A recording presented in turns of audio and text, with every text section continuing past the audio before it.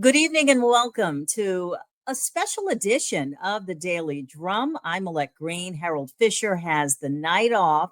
Tonight we're talking about preserving, protecting, and elevating the future of Black stories. At a time when historical Black facts are being erased and replaced, my guests this evening are on a mission to fight back. Black Public Media is a nonprofit that has been a lifeline for Black storytellers. But today, that lifeline is in danger. The organization says nearly $2 million have been cut from its budget. So, what do these cuts mean for Black public media? How does the nonprofit plan to forge ahead? And what is the call to action here for the community at large? We're going to drill down on those questions and more with my guests this evening. Leslie Fields-Cruz is the executive director of Black Public Media, and Byron Hurt is a filmmaker. Thank you both for joining us for the Daily Drum. We really appreciate it. Thank you for having us. Good evening. It is an absolute pleasure. So before we get into the heart of the conversation this evening, I do want to set the foundation for us and give our audience more context of your organization. Tell us, Leslie, about Black Public Media, BPM. What do you do and how do you get it done? All right. Well, Black Public Media, we've actually been around for almost 50 years. We are a nonprofit media arts organization. We are closely aligned with PBS Public Media. And in the time that we have existed, our role and our goal has been to make sure that public media has content that that shows the diversity of the Black experience. And so we started in the 80s. We started as the National Black Programming Consortium. That was our founding name. And we were really tasked with distributing some of the Black themed projects that were being produced at other public media television stations. And then in the 90s, we made the case that we needed to fund some of these independent media makers who, many of them, which had been let go from PBS when the 1990s culture wars took off. And so the Corporation for Public Broadcasting, which has been our core funder all of these years, said, you know what, we believe in that and we want to support independent filmmakers who are telling Black stories. And so we started funding independent documentaries and occasionally independent narratives, but mostly independent documentaries. And we continued that work. And when we hit the 21st century, we started to fund immersive media work, VR content and XR content. Yeah. And we work in partnership with some of the national strands on PBS, like Independent Lens and POV. But we also launched our own series called Afropop, The Ultimate Cultural Exchange, which is currently in its 17th season. Yeah. And so with all of that work, we have been able to bring a number of films to public television, many of them Byron's films that we funded, and as well as films that are out there that we acquired for the Afropop series. It's vital work, it's important, and it shows the authenticity and the diversity of the Black experience, because we really do find the stories that show the Black diaspora. Byron, let me bring you in here. So BPM funded some of your projects. You're a filmmaker. What were those projects, really quickly? Well, first of all, let me just say I love Black Public Media. I love BPM. I am down with them. I support them. I ride for them. And I want them to continue to exist because that's what this conversation is all about. Extremely, yes. extremely And we're going to important. talk more about how our community, the community, people watching and listening can get involved in that. Yeah. So without Black Public Media, there would be no me. I would not exist as a documentary filmmaker. Black Public Media supported me when I was a little baby boy. I was a very young man at the time that they funded my first documentary, my first professional documentary, I Am a Man, Black Masculinity in America.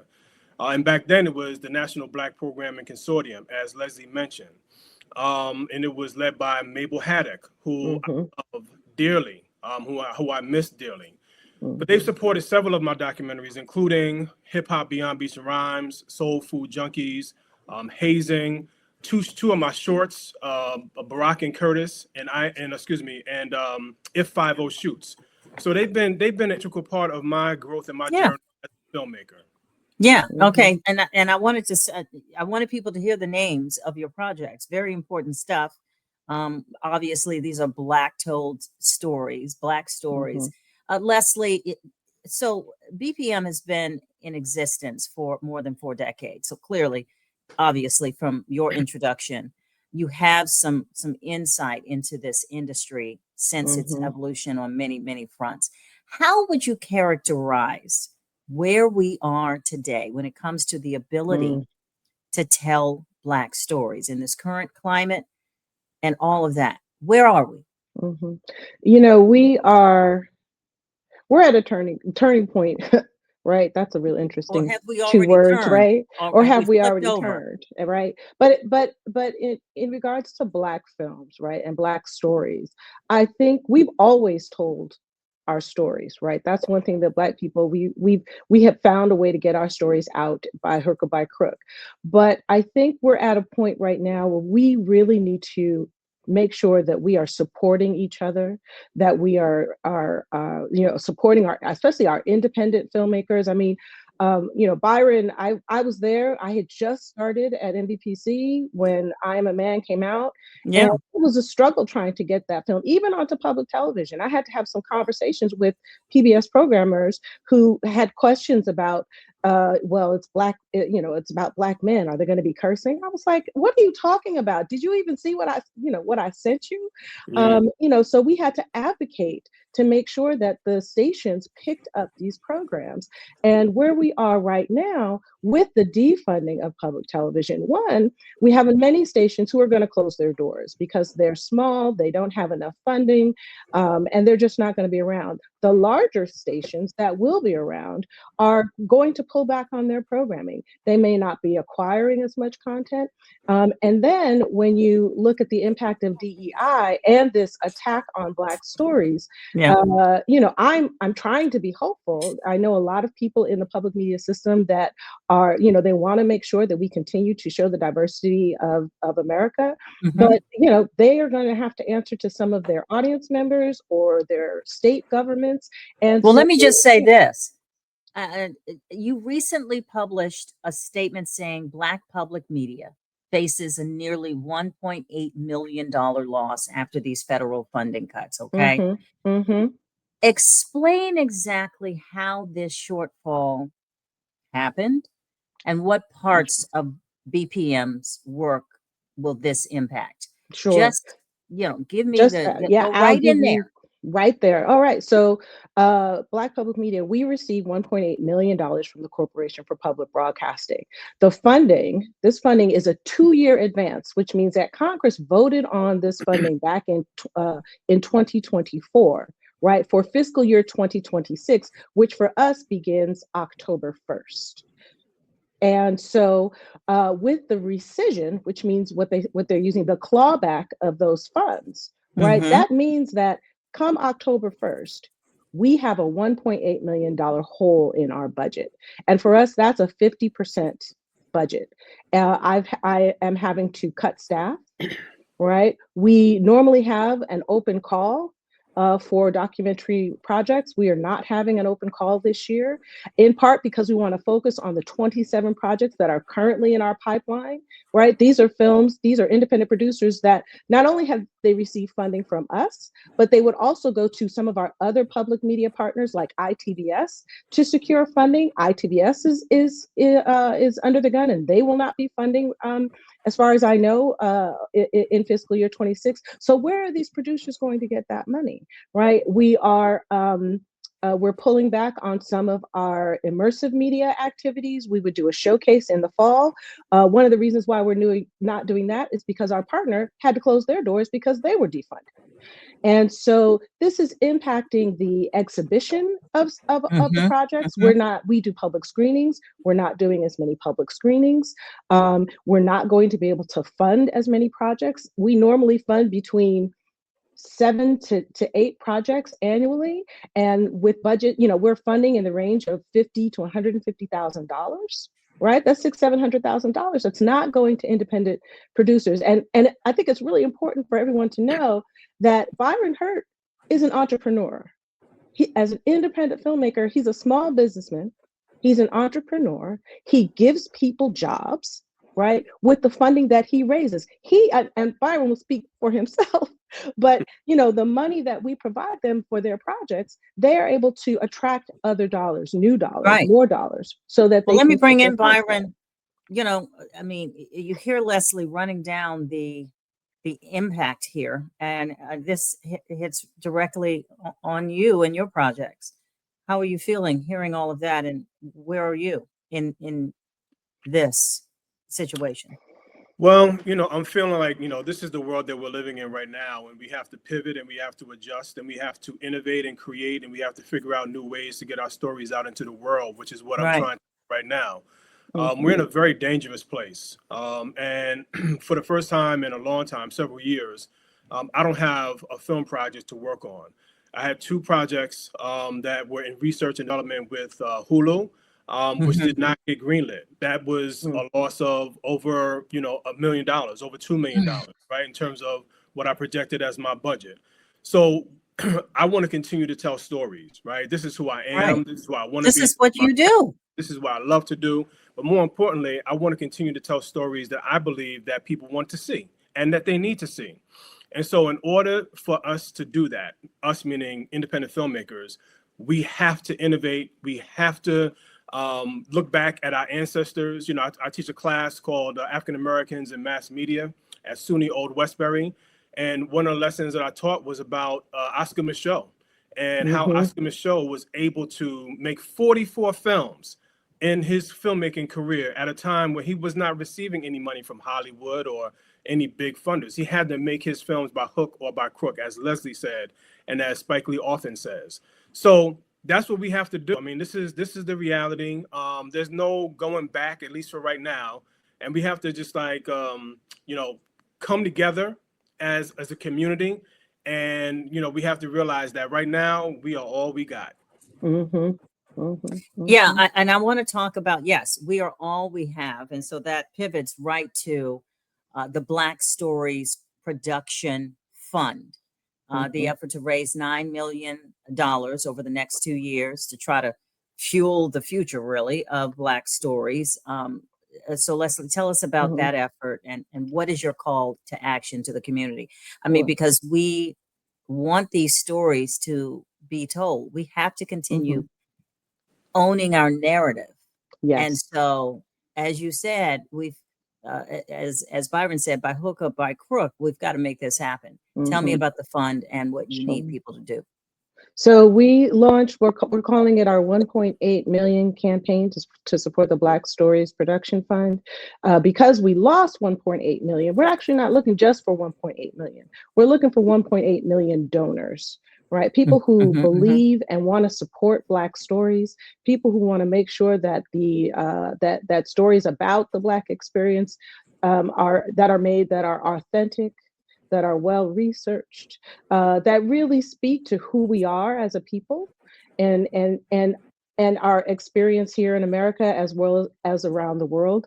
And so we've launched this campaign. We're taking it directly to the people. And the funding that we received from the Corporation for Public Broadcasting, that was pulled from our tax dollars. That is the people's money, right? So we've changed, and it's like, okay, well, we're coming directly to you now. And if you, so how can people get involved? I want to stick to how the community can support, or some millionaire out there who has millionaire. Money. What do you want them to do? You can go to our website at www.blackpublicmedia.org and you can donate directly as little as $5. If we get 1.8 million people to donate $5, that's $9 million. That's how we got to the $9 million. But we even want more than that. And what we're asking the public to do is to, use your money to stake your claim and make your commitment to Black stories and Black storytelling, and in particular to Black documentaries and independent Black documentaries. Listen, Donate I think, to us and tell everybody, share it yeah, out with your friends, because 1.8 million is a lot of people. We're a small organization. We need our community to help us help us reach our goal. and listen, if a group of people can boycott one of the biggest retailers and effectively cause change there, we can take the money saved from shopping at one place, right? And donate some of that money, $5, $10, right. $20 that you would have spent going into the retailer that many people have boycotted since earlier this year. I mean, that's just, if you think about it, it's not even a heavy lift. It's not. Byron, jump in here on that. Well, I agree. I think that we all have to, toss money into the hat, and I'm doing everything I can to help support Black public media, get the word out about their fundraiser. I'm innovating on my own. I have my own fundraiser called the Byron Film Series, which features select films from my body of work, powered by Gather. And if people want to watch my films, but also contribute to my production company, they can go to all of my social media platforms at Byron Hurt to get more information. In fact, we have our first screening tonight of my film that Leslie mentioned, I Am a Man, Black Masculinity in America. But we have to work hand in hand here, right? I mean, I can raise money at the same time that Black public media can raise money. I can give to Black public media. Black public media can share my fundraiser. This is the time that we really have to come together collectively. We remember, when we have Kwanzaa and everybody's talking about all of the principles, like now is the time to put all of those principles into play. All right. So we're talking about Tagalia, right? We're talking about Kuumba. We're talking about all of these different principles that we need that have sustained us in the past and are going to help sustain us in the future. Absolutely. And I'm just going to shout out everyone. If you haven't seen any of Byron's films, you must go to his film screening series. These are amazing films, and donate. And I will say this: if you're not going to donate to us, donate to Byron, or find another independent documentary filmmaker who is telling the stories that you want to hear, and donate to the project that they're working on. It really is going to take us as a collective, as a community, to make sure that we protect our stories.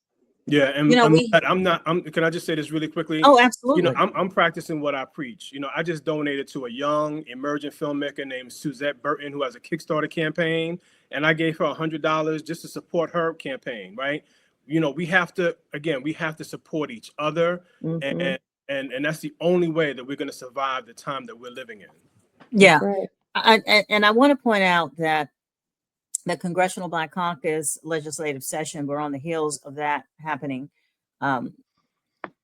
Leslie, tell me if you are still having conversations with the Corporation for Public Broadcasting, members of Congress, funders, outside of this fundraising effort to restore this money, replace this money, that sort of thing with the feds. Yeah, we are still talking to the Corporation for Public Broadcasting. There are many people within the walls of CPB that have worked and advocated for BPM and independent filmmakers, and some of them are losing their jobs, and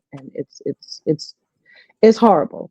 But we don't know if they're going to be here after January 30th. They say they're winding down. I'm not sure if they're going to also close their doors, but that is the expectation. We have been in conversation and in contact with some of our legislative leaders to talk to them about public media, to talk to them about BPM. I was trying to get on a panel at the CBC, but didn't quite work out, but that's okay. We're not going to stop. But there is a part of me that wants to focus on the philanthropic world and the people. But we don't know what's going to happen over the next few years. We see the current administration trying to tamp down on all types of diverse storytelling. Yeah. It's a real scary time. And as Byron said, we are all we've got. And we're talking to the philanthropic community. Mhm. Have wonderful supporters there, and they have responded to every single one of my calls, and we're trying to see if there's any other additional funding that could come to us. But they're also dealing with all of the other public media stations, but all of the other, healthcare nonprofits and social issue nonprofits. Everybody's hurting. Everybody's hurting. Yeah. Well, Brian, let me ask you this question so you can put this thing in a better context. Sure. What happens if Black stories go away? What happens?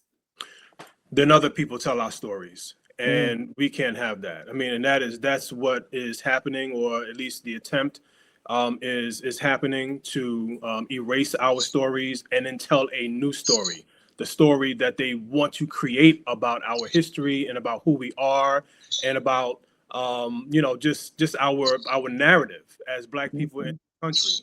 And so that's the reason why it's incumbent upon all of us from the Black independent filmmaking community to not run away, but to stand up straight, stand up tall with our head up and our chin forward, trying to figure out new ways. I mean, as I mentioned before, we have the creativity to figure this out. We just have to do it.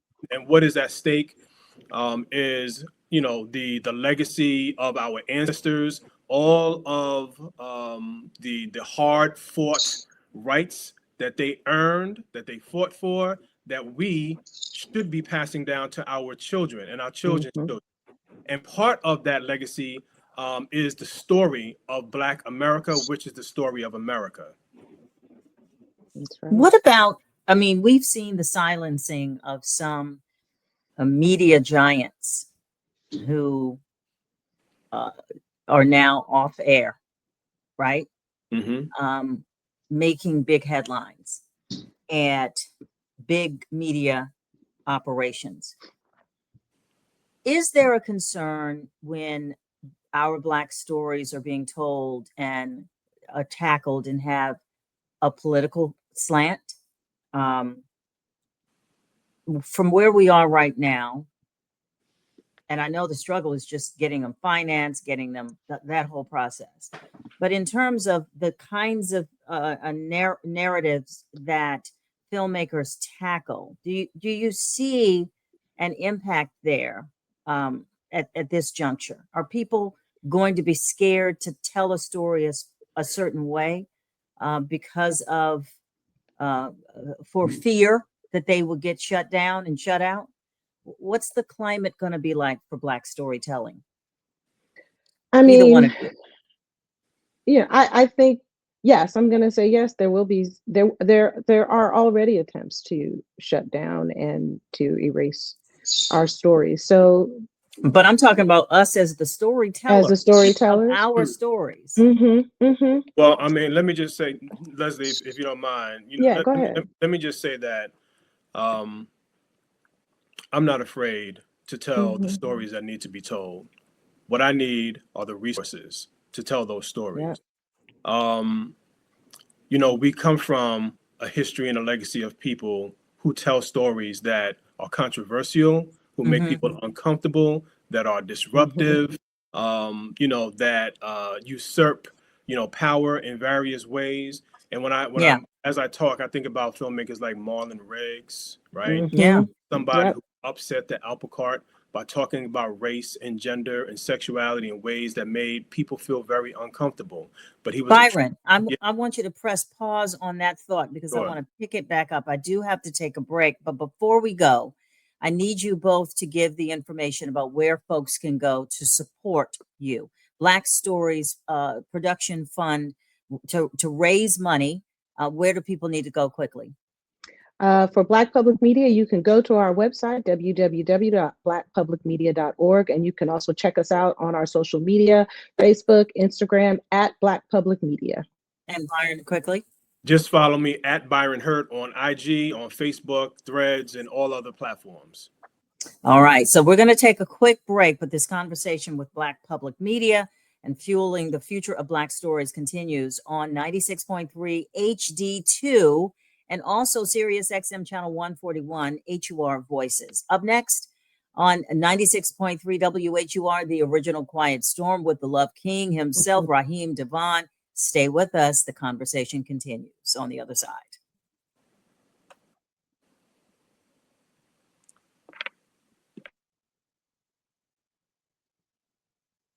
And we do welcome you back to the Daily Drum on Sirius XM channel 141 HUR Voices and 96.3 HD2. I'm Molette Green with NBC4. Happy to fill in as always when my Howard family calls. Harold Fisher has the night off. We are continuing with our conversation with Leslie Fields-Cruz, the executive director of Black Public Media, and filmmaker Byron Hurt. Byron, I had to cut you off before we took that station break. Continue with your point of view here. Yeah, I mean, I can understand people's fear of telling stories that challenge, power and challenge this particular administration. I get it. I totally understand why people will be apprehensive because there have been some serious attacks and actions taken against some really high-profile celebrities who have dared to speak out against the administration. So I do understand that. But this too shall pass, right? And we have to understand that, given the political climate that we live in, there have to be storytellers who are out there who document this time that we're living in. It's important that we have people who document what's happening right now, the impact that it has on Black people. For example, the big story about 300,000 Black women being laid off or fired or being, unemployed as a result of these policies, this administration's policies. There's a story there. There are many stories there. Right. These are stories that have to be told. So, it's really incumbent upon anyone listening who has money, who has resources, from big philanthropists all the way down to the average person who can spare $5 to give to artists like me and to give to organizations like Black Public Media. Yeah. I think that is one of the most important in this moment, because the stories that are waiting to be told, we want to make sure that the filmmakers have those resources to tell those stories, and we want to surround them with the support and the community of independent makers that have been out there trying, like Byron, who've been telling these stories that have clearly made people uncomfortable. Right. And all of this, we're successful. Yeah. Because we were telling the truth. Yeah. And the truth does make you uncomfortable. But now we have to make sure that we can continue to tell our stories, stories by us, for us, and make sure that they find their way to the public. And all of this, falls in line, many would argue, with freedom of speech, freedom of expression, and the right to be able to use your creativity to tell stories in safely without harm coming to you. It's a narrative. It's a story, whether fact or fiction. Freedom of speech could be an issue on the line here, as many filmmakers struggle to, do their creativity without feeling they're going to have retribution. Yeah. Well, oh, go ahead, Byron. Got it. I think that's why the ability for Black Public Media to, on one hand, not necessarily being at the whims of the political environment, sort of the decoupling of our funding from federal, will allow us to make sure that we're investing in the stories that we know need to be told. And no one can tell us what to do if it's the money that we've raised on our own through the community. And Byron, what were you going to say? Yeah, I mean, we need our own institutions. We need our own means of distribution. As Leslie spoke, I thought about Quayle TV. Quayle TV is, a distribution platform, like any other, like Netflix, like Prime Video, but they showcase in a platform Black stories. We need more of that.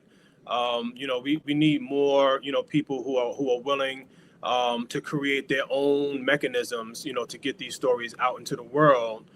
Because as you mentioned earlier, Molette, our rights are, quickly being encroached upon, right? And so the only means that we have to work against this is to build our own. And that is a real great jumping off point where many doors are closing, okay, in terms of funding, in terms of opportunities to, showcase your project. But it is an opportunity too for the community of filmmaking, the filmmaking community, and the larger Black community to really galvanize their money and their resources, as you said, Byron. Yeah. And really have your own so that you won't have to depend so much. But I mean, where are we on something like that? How do we get there? Well, we just need amplification. We need amplification. We need, Black public media's effort and goal to be amplified like you're doing.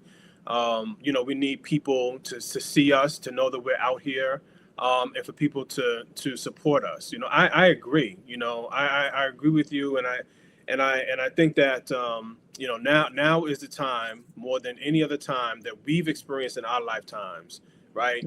That we have to figure this out, and we can do it, right? We have to just remain hopeful, try not to look too far in the future, stay in the moment, stay day to day, and work steadily toward our goals. And if we do that, then we'll be in a different place. But I agree, this is an opportunity to fill a void, to fill a vacuum that's being left by media organizations that are shutting down or forced to shut down. It's going to create new opportunities. And I would say that there are, Byron mentioned Quelle TV as a digital platform, but also the organizations in your communities that are holding screenings of our films. We need the audience also to show up, right? Come out and watch the films, talk about it, share it. We mentioned Oscar Michaud. I like to say, let's Oscar Michaud this thing. Yep. He couldn't get into the cinemas because he was showing Black films and he was a Black filmmaker. So he set up a tent, and he threw the film up on the screen. We're an industrious people, and we will find a way. And there are already and there's the technology. There's ways that we can use the technology to continue to share our stories. So we just need to keep pushing forward. You mentioned earlier, Leslie, that there are some projects that you've already are working on or working with that you want to make sure that you can continue to support. Tell me a little bit about some of those projects, and I want people to be able to hear about them so that they could really want to support the fund and donate and support what Byron is doing as well. What are you working on that we need to know about right now? Oh, I have to bring up my list. There are. I mean, I don't want you to go. Look, we don't have all that kind of time. I know, right? Give me a little bit of what kinds of projects that could be in jeopardy. I mean, you have them already in your queue, and you're trying to get it out there. Out, right. Well, I'll tell you about. There's one film called My Mom the Scientist by Thomas Allen Harris Jr. And that film is close to completion, actually. But what was interesting is Thomas had a huge engagement campaign. So with this film that talks about his mother, who was a scientist, this is a Black woman, he was going to be working with festivals and with community organizations, and they were going to bring local Black scientists in to speak and talk and encourage young people to tell their own stories about science or scientists in their family. That project had received money from the National Science Foundation. It was terminated. Right. So that's one of the projects that we're trying to figure out. How can we help Thomas? Because the engagement campaign is just as important as the film itself, right? Absolutely. There's a film that we funded at our recent Pitch Black forum called Finding Your Laughter, and it's about Alzheimer's, but Alzheimer's told from a point of comedy. The filmmaker is a caregiver for her father, and she's also a comedian. And she found that using humor was a way for her to deal with the challenge of being a caregiver to someone who has Alzheimer's, and someone like as her father who she's so close to. So And that story, those are projects. those are wonderful projects, and that Alzheimer's story resonates with me, caring for my 94-year-old dad who is suffering the effects of Alzheimer's, and who's blind. And in the African American community, we are dealing with Alzheimer's, dementia in such a big way. So those kinds of stories need to be told. And my dad is still funny as he can be. His social emotional intelligence is still intact through all of the things. And I would love to see a project like that. I would want that project to make it, Yes. Byron, in terms of what you are working on, or what you would like to work on, what's going on with you? Well, give me the latest. I have five to six films that I'm developing, that I have treatments for, that I've already written. I have pitch decks for, I just need the resources to tell, to make them, to actualize them. But the biggest thing that I'm working on right now is, I have a new short film that's going to be releasing at the Detroit Black Film Festival. This is their 6th annual festival. It's going to be showing at the Gary International Black Film Festival, and also at the Queen City Film Festival, which is right here where I live in Plainfield, New Jersey. I am showing the film to film festivals who value the film and value my work. And I'm also supporting Black film festivals because they are also being affected by a climate that we're in right now. And so, really just trying to, take what I have and to get what I need. So this film series that I'm starting, that starts tonight at 7 p.m. is another way that I'm trying to put up my own screen, right, and my own right, to get people to come and to raise money so I can sustain myself as a filmmaker, generate revenue, and continue telling stories. Yeah. And as you said, you are steadfast. You're not giving up. I mean, we may be taking hits now from many sides, financially, or from, just having venues and that sort of thing, and festivals, but not giving up. Can I just say this really quickly? I don't give up. I never give up. You know why? Because you never know what's going to happen. You never know who's going to come calling. You never know who's going to come knocking. You never know what series of events turns the tide of history, right? To change things. So we have to remain hopeful. I want my filmmaking community to remain hopeful. Yes, it is very bleak right now. We're in dire straits as an industry, but there is hope on the horizon, and that's what I'm focused on. I'm focused on my own self-determination and keeping my head down and moving forward no matter what. Yep. Let's talk about, Leslie, the communication strategy that you might have to adjust, modify to reassure those partners that you still have, those creators that you're working with, while you're also rallying the public for support. So how's that for you? I mean, we are trying to stay in touch with all of our funded makers and independent Black filmmakers. We started having a virtual meeting. We started with our grantees, and then we expanded it to our former grantees and our grantees.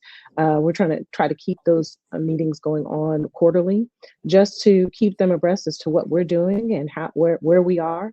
and to hear from the community, finding out what are some of the challenges or what are the things that they need. So we are going to continue to do that with the people who have donated. We almost have 100 donors, so that's something, right? We're going to also, we have what we call the Catalyst. It's a biannual newsletter, and we'll also be doing virtual touch points with our donors so that they know what we're doing and what's on the horizon, especially as some of the projects do come to completion. And I'm speaking any chance that I can get. And we're holding several different types of cultivation events. I was just in Martha's Vineyard, speaking to a small group of people up there. I'm planning to be in the DC area. I'm going to Chicago. And then, of course, we're based in New York City, so I'll be speaking in New York City, and really just to make sure that as far and wide as I can, just let people know who we are and what we're doing and how we're trying to preserve the ability for our makers to tell their stories. And staying in this zoomed out picture here, are there any legal or policy remedies emerging that you're hearing about, whether locally, nationally, that could protect public media funding or guard against the censorship efforts that are aimed specifically at Black stories? What are you seeing and hearing about, both of you, if anything? From the federal perspective, I haven't heard anything. They might be able to have 30 million to help through the closing of CPB. I don't know. But I know that the philanthropic community has come together to put some money. They've raised about $30 million that they're trying to give directly to the smaller public media stations. I think one of my concerns is that I don't ever hear them talking about how they're going to support the independent community, independent voices. And that's why I'm here, and that's why I'm speaking, and that's why trying to let everybody know it's the independence that we need to preserve and make sure that their voices are heard. So we're asking the community, all right, and beyond the filmmaking community, to really support, to donate. And so we'll give that information out once again in a little bit. What else beyond funding do you think we can do as a community? Because there's power in numbers, as I pointed out with the boycott of that major retailer and how that has impacted its operation. What can the community do in addition to donating and supporting financially? Both of you. I would definitely say you can continue to call your legislative representative and let them know that you are unhappy with the defunding of public media. You are unhappy with the NEA's censure and termination of projects, and that you want the funding to be restored. That's definitely something that is within our power as citizens of this country. That's the one thing that I can think of that our community can do directly is stay in contact, let your legislative representatives know that you are not happy and that you want the funding to be restored. Yeah, I think the one thing that the average person could do is to continue to amplify the voices of storytellers, independent filmmakers, and creatives as much as possible. If you have, a filmmaker friend, who share their information on social media, lift them up, reach out to them, share their work, have a screening of their work, in home or a virtual screening. I think what we need most of all right now is amplification, right? I mean, we need people to know and understand that we need all hands on deck to survive this moment that we're in. And what about allies? What about allies who don't look like us? How are we doing? Well, I mean, look, I just had, a woman named Cindy Waite, give me a generous donation just yesterday, right, from the Kind World Foundation. She's been a long-time supporter of my work, and she's also interested in my next film. One of my next films that she's interested in funding. So I think, I'll take money from, my white ally, my white advocates. Mm-hmm. If you want to give, anyone who is wealthy and they're looking to, support the arts and artists and creatives like myself, they can reach me at Byron Hurt. But again, it's not really just about me though. Like I don't want this. Totally. It's not. This is about us, Us. right? Mm-hmm. It's about Mm-hmm. us. I know Firelight Media is having an initiative to raise money. They Mm-hmm. they are creating an initiative, or they have created an initiative to fund filmmakers in this moment. Mm-hmm. And so that's really important work that they are doing. Yeah. So I mean, like that's where the work is. Yeah, yeah. And we're part of Black Public Media. We're actually part of the Nationally Multicultural Alliance that consists of 4 other organizations: Latino Public Broadcasting, the Yeah. Center for Asian American Media, Vision Maker Media, and Pacific Islanders in Communications. All of us have been supported by CPB, and all of us are suffering the same amount of cuts. But Yeah. those are my allies, right? And so we are out there stumping for each other, while we're Good. also stumping for our organizations and for our media makers. And Well, I so, need to jump you in know, here really quickly mhm, because yes, yeah, I need you to do that. But right now, I need people to know where they can go to support you, mhm, Leslie. Before we wrap things up for the program, Leslie mhm. Fields-Cruz, Executive Director of Black Public Media. Before we go, let folks know how they can financially make a donation. Go to our website, www.blackpublicmedia.org. You can make your donation there. You can also hit us up on Facebook and Instagram at Black Public Media. And Byron, once again. Yeah, all of the information to help me out and support my work is at Byron Hurt on social media. I have a GoFundMe campaign that's running right now. People can go to GoFundMe and search Byron Hurt, God Bless the Child Productions, which is the name of my production company, which, by the way, I named after the famous Billie Holiday song, Love it. God Bless the Child, that has its own. That's So right. I've always been Thank you, Byron. Yeah, I love it. We got to go. I'm sorry to cut you off.